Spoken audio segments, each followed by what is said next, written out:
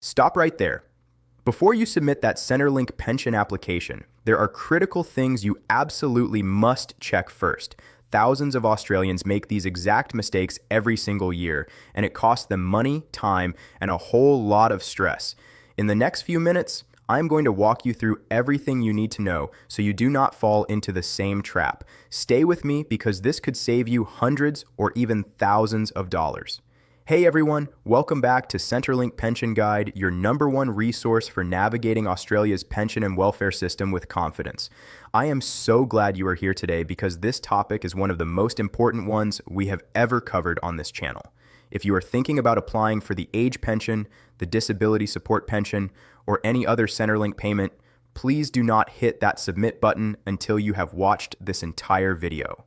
I have spoken to so many people who applied without doing these checks first, and they ended up with delayed payments, rejected applications, or even had to repay money they had already spent. Today, we are going to go through the most important things to check before you apply, step by step in plain English, no confusing jargon, no government speak, just clear practical advice you can act on today.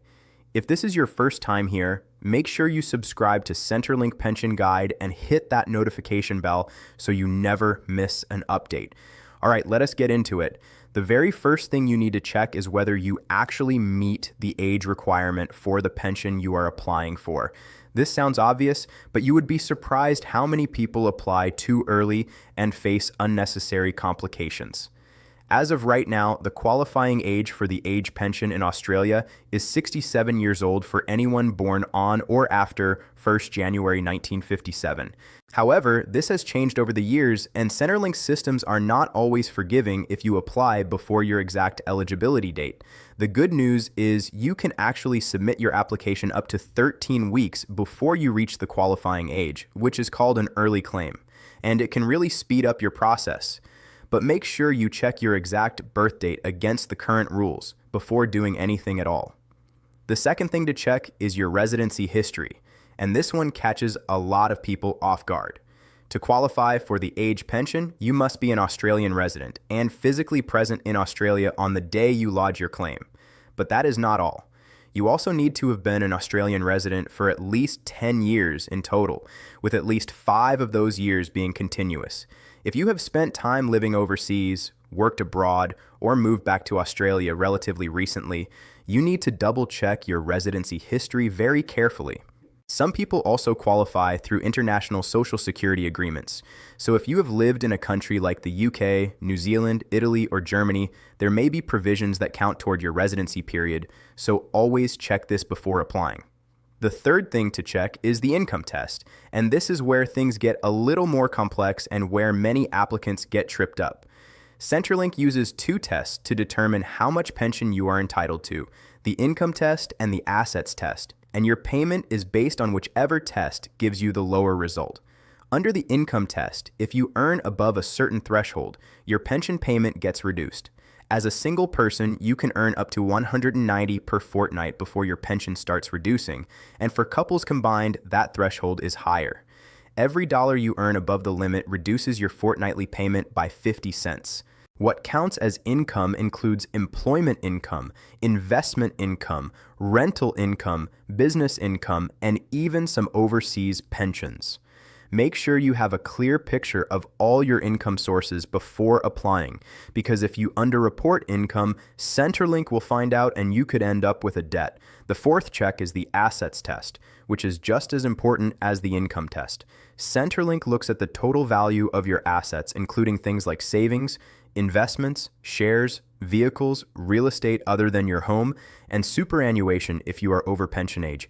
Here is the important part. Your family home is generally exempt from the assets test, but if you are a homeowner, you face a lower asset threshold than non-homeowners. As of the current financial year, a single homeowner can have up to around $314,000 in assets before their pension starts to reduce, while a non-homeowner has a higher threshold of around $566,000. These thresholds change regularly with indexation, so always check the current figures on the Services Australia website, or call Centrelink directly before you apply. The fifth thing to check is your MyGov account and your documents. because before you even start the application, you need to make sure your MyGov account is set up and linked to Centrelink. If you have never done this, it can take some time, especially if you need to verify your identity.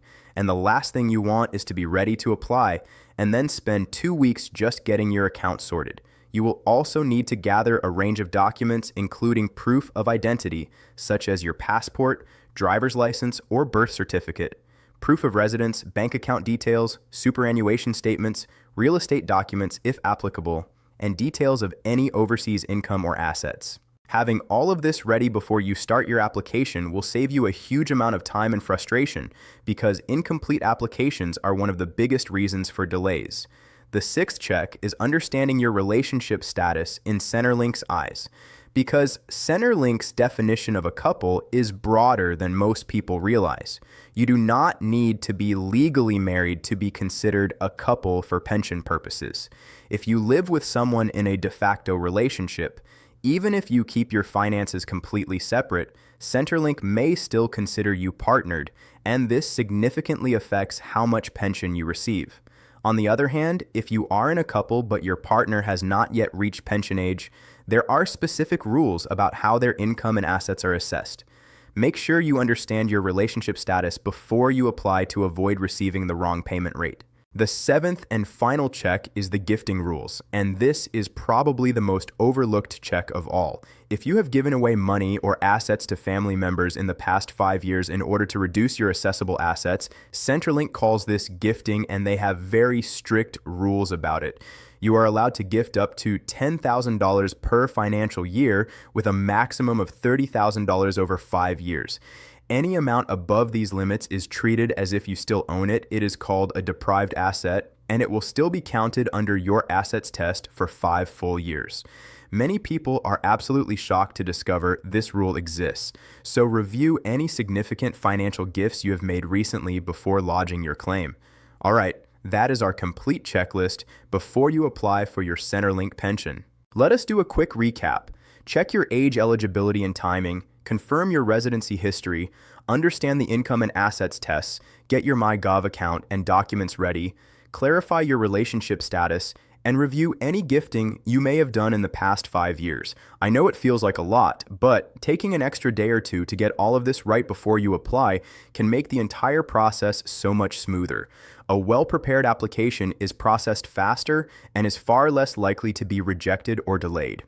If you found this video helpful, please give it a thumbs up, because it really helps more people find this information when they need it most. And if you have any questions, drop them in the comments below. I read every single one and do my best to respond. Do not forget to subscribe to Centrelink Pension Guide and hit the bell icon so you are notified every time we post a new video. We cover everything from payment rates and supplements to appeals and reviews, all designed to help you get every dollar you are entitled to. Thanks so much for watching, and I will see you in the next one. Take care.